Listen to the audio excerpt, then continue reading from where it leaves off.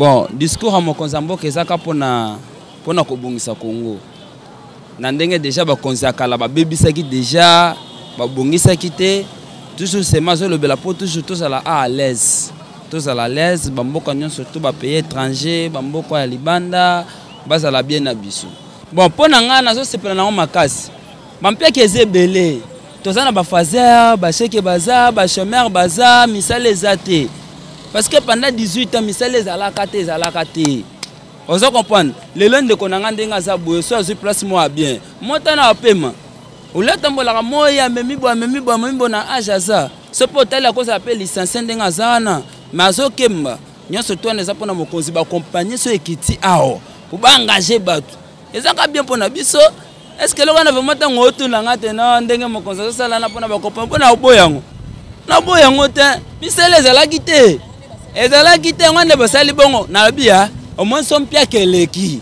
Vous comprenez? Pierre Keleki, parce que pendant 18 ans. Mais dans 8 mois, il a fatigué au savoir. Hein? Dans 8 mois, il a fatigué au savoir. Même si on a fait ce talinga, boka, ressenti, non, santé, c'est normal. Beauté, coutou. Il y a aussi pendant 18 ans. Dans le cas de ceux qui sont, au cas de Pierre Keza, bon, balinga fongo maté. Ce qu'il a fatigué pendant 8 mois au savoir. N'a mis senti, non, savoir pendant 8 mois, on a comme 2 fois par jour. Ah, ba oba yebi angote, hein? Kana bijo amboka eza. Tu yozo mona te bambongo yokota. Yozo mona ngote, malheureusement na to voter ngote. Mais ka o ezawana. Hein? Ka o ezawana, yango ne tozolia po bango bazaki nango. Bakoko salela ngote. Mais fati siko, aya kotika na bijo na bango wana, yango na auto salela to lia 2 fois par jour natinga. 2 fois par jour. Na tongo bona otonda makasi ya. Bon, eko réussir. Pourquoi? Nanganata solo komoko. Au moins pourquoi il reste na 18 ans té. Na 18 ans reste pour ça mi bazaki belé. Vous comprenez? Sombongo ekiti ya lingi ka intérêt famille na ye. Alingi te intérêt batu mususu. Mais pona oyo nazo assurer ekosimba. Ekosimba ekozala kitoko a osala musala na ye bien. Bon, le basuka nazo talisa bande konangai. Bino toujours président zo sala nde pona bino. Asala pona biso. Asala pona biso libanda mboka ndenga zo kendana za na posa ba société kota awa ezala po tokemba te.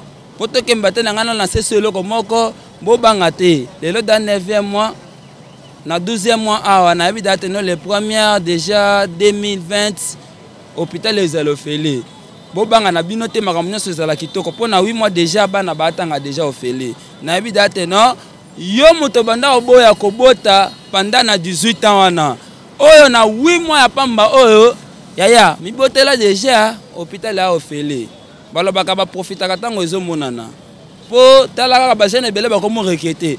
So na botaki na 18 ans na ma ero na tangisa mwana ofele. Natingane na boy. Na loka daka la mingi te na bala. Kande po na bala na ngande na bala. Na bezo na bala na bota bana nanga batanga ofele.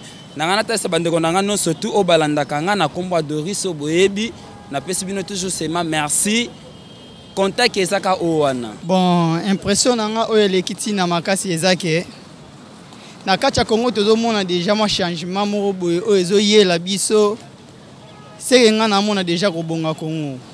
Na mona déjà kobonga Congo parce que na 8 mois pamba au président Fatia Sali soro tali moi changement déjà dans la Kachamboka.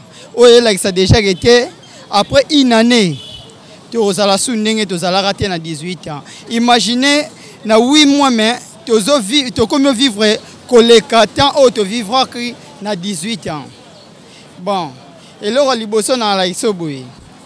Na temps tu aux ala qui na 18 ans pour journaliste leka à ça l'interview mo boye ata boye na nzela ezala yi mois passe.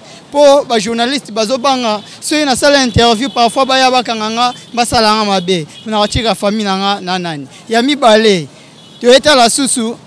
Bandeko nyonso o bakangaka na tan Kabila. O Kabila kangaka kondanaka. Lelo o na yebisa ba libanda. Ba sepela ba Frank Diongo. Mais lelo attaque ba komi osala neti bazo bunga mais ba sepeli déjà. Parce que azala qui sirte que lelo arobima susu amona susu.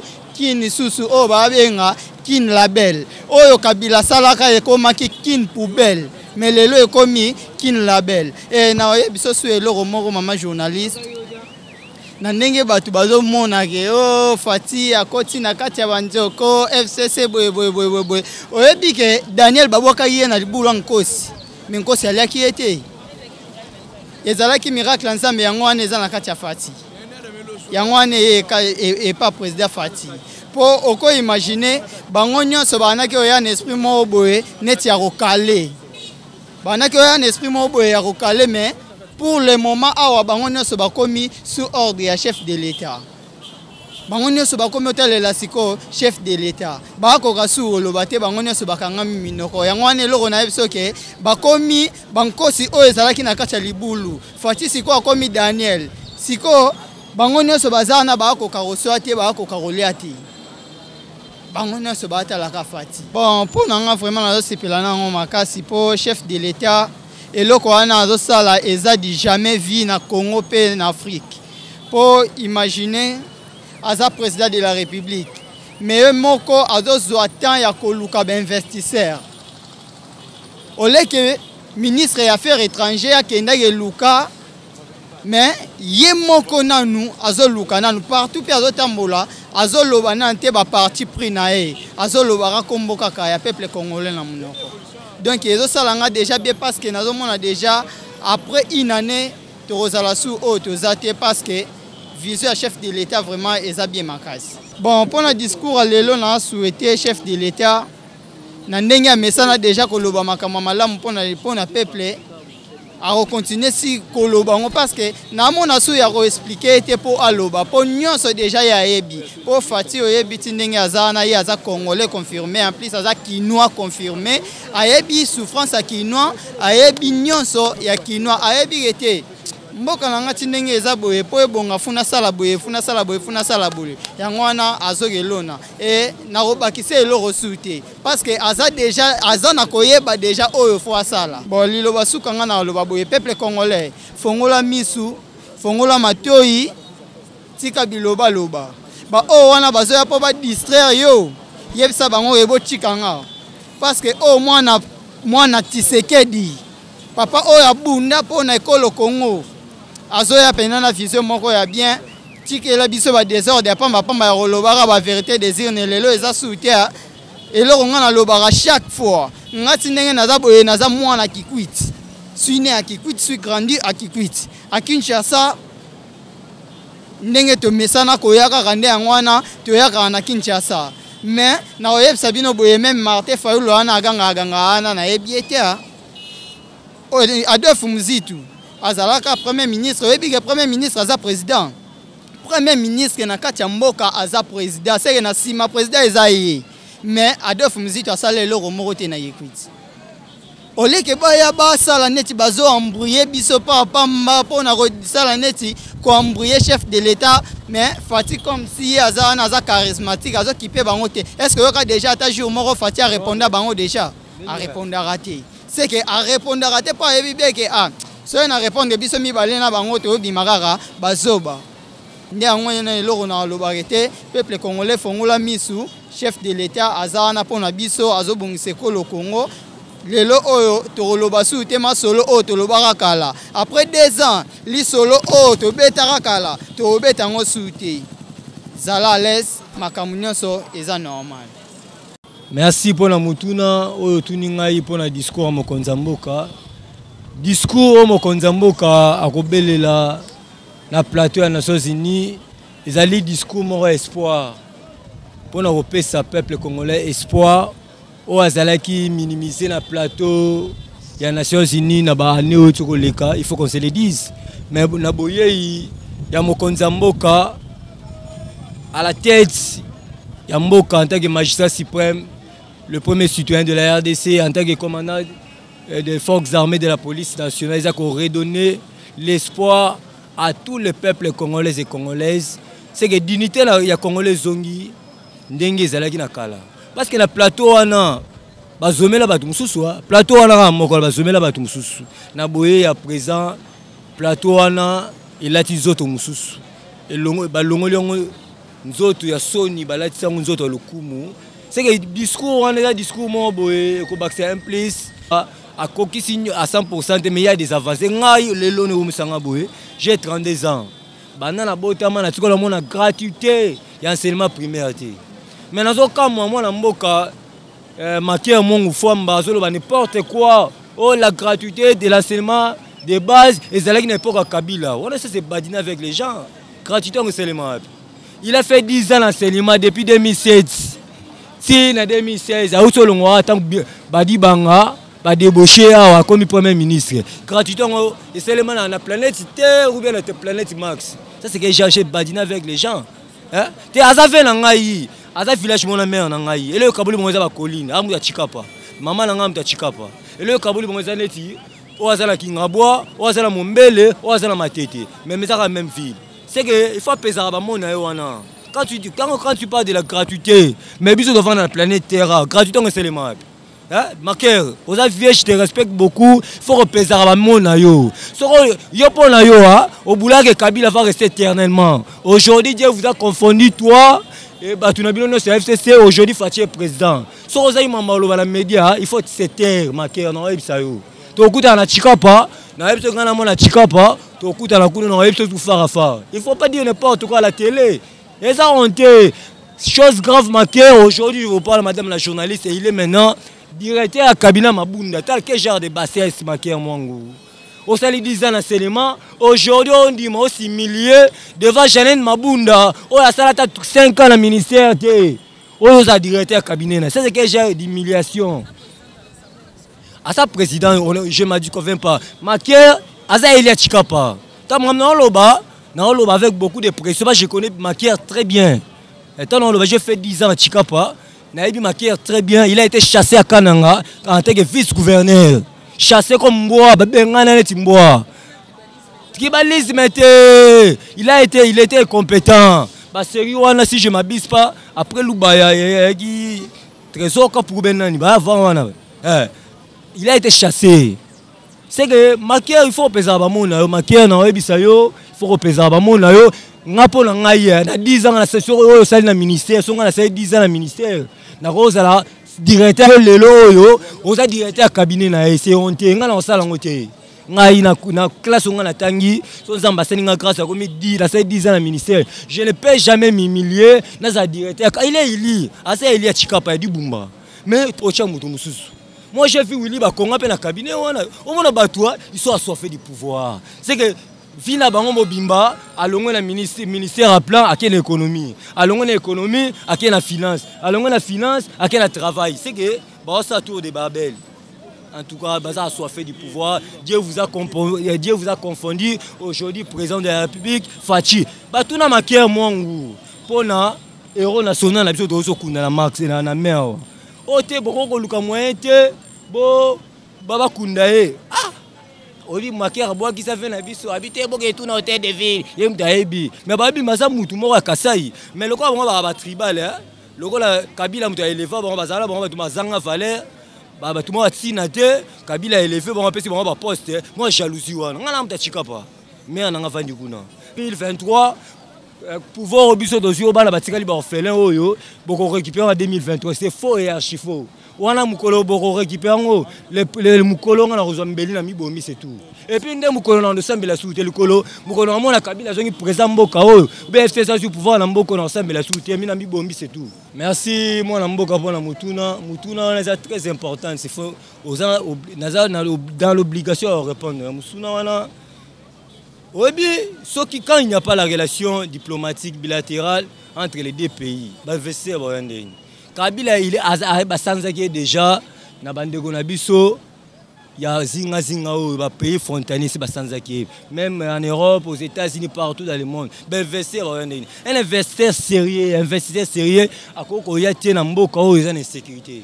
Mboka o état de dos ezate mboka o ba ebi bosomi ya mutu te un investisseur sérieux ko ya tie ben investisseur mona la plupart sont des mafieux.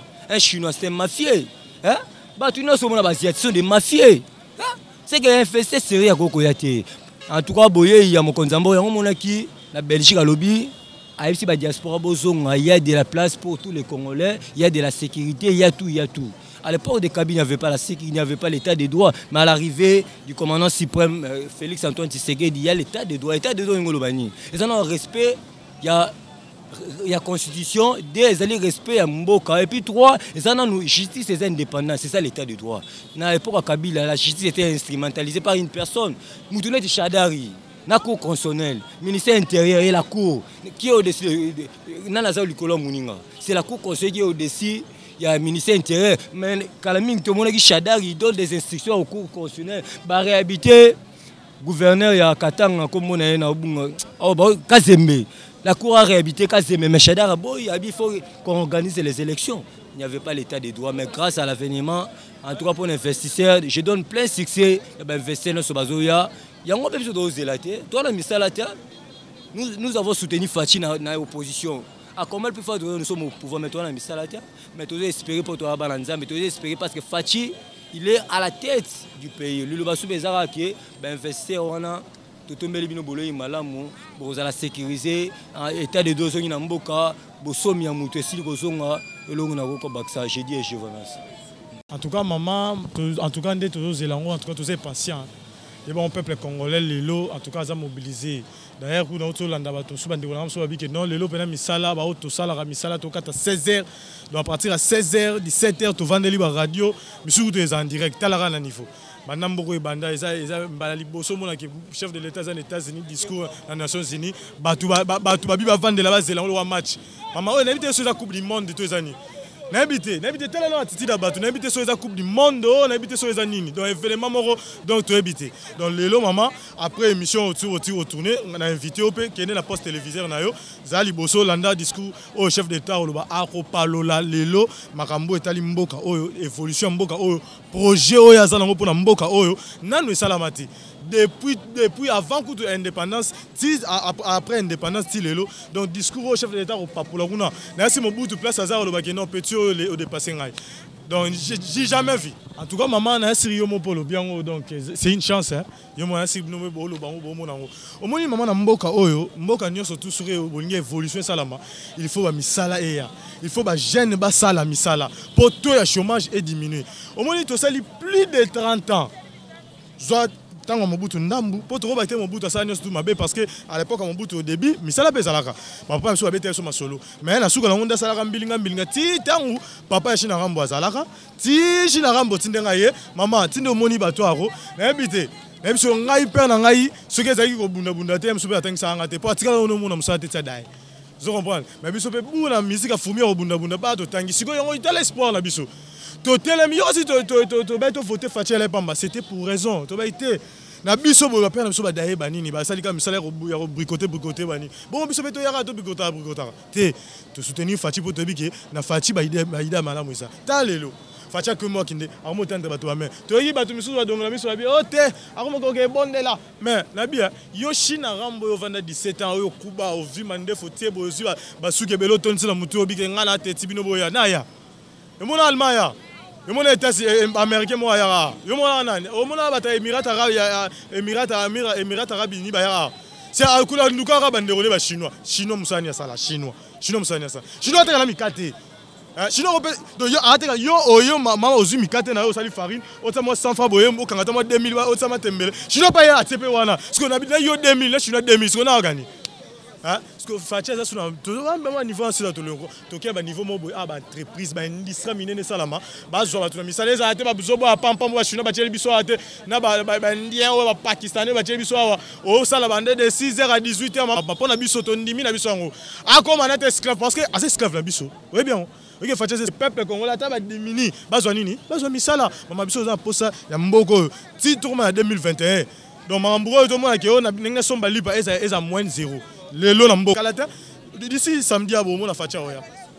Maman, il y a basu que zarake donc au sein du peuple congolais à la kimia. Donc le discours chef de l'État partout sur les cas, azo senga biso to za ini. Ne mo konzambo kala Mobutu lo bara bike. Sikolo mukolo mukilo ezana ninza Nzambe. Parce que Fachi a habité, moi je suis chrétien.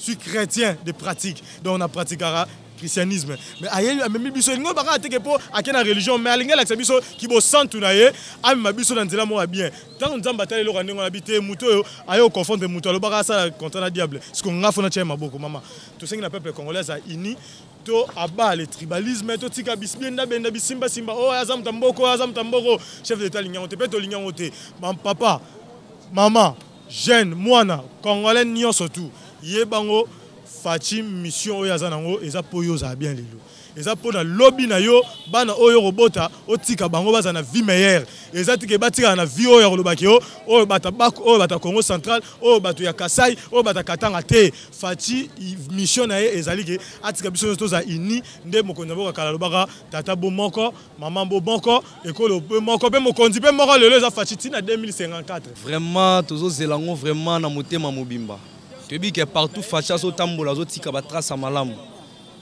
Jamais échec ezali. Jamais échec ezali. Partout au temps la omona kaka makamnyo sezo ki ka malamu. Donc pour na discours lelo wuto s'inquiéter te. Tu bi ke maramba bien ezali donc aux amitiés ma sepela. Ezala na poto ezala partout en Afrique. Ici kanyo so Congolais zali ayebi ke ngonga tango ekoka miso ezaka na etandika pona ozela mokonzi ya mboka loba. Pona ko sepisa mité mabana na Congolais. Kasi papa malamu tanga na bana na ko lukela bana ya kwa vivre. Yoko mona papa nini wa boti bana atika bana ya babela nzamba opini ye papa solo nda bimaka lukeli bana ya kolia po bana baza na santa bien po mukolo zala tatika bango na via bien eloko facha sala ya ngwana alukela ne bana na ye peuple congolais po baza na via bien osomona donc papa aza vrai papa nde wana soko moni papa oyo asundola bana ya kipa bana na ete papa na nzamba opambola ete pe liwa na ezala batu nyonso ba sabotango po bandalo ba tata wana na quartier bana ne kuta kipa bango te ezala sonya famille mais facha ligné loko wana te aligné te ke no Congo ezala susu ke no Congo boye te alinga mema Congo na image moko boye Congolais a partout mutu nyonso a respecter Congolais c'est pour cela zo toke bisika nyonso po ke ngana auto vivre normal lelo ala IDPS pourquoi pas lobo ko ya pena type no télémission eza pona yo pona ngai do eloko o sala eza ya ngwana lilo basuka eza ke to za calme bana Congo tuyebi ke batu mususu batamtema mabe baze belé oyo bazolinga de façon que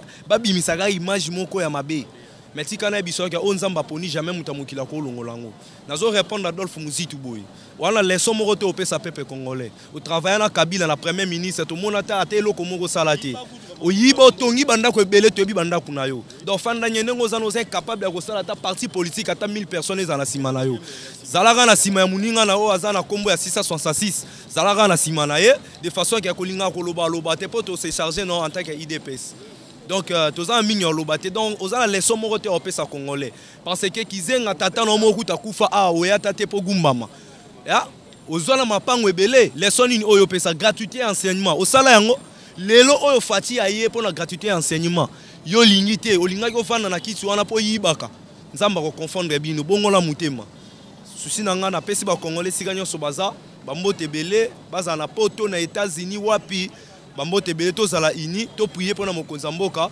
nzambe na biso akosunga biso mboka e ozamalamu merci mingi.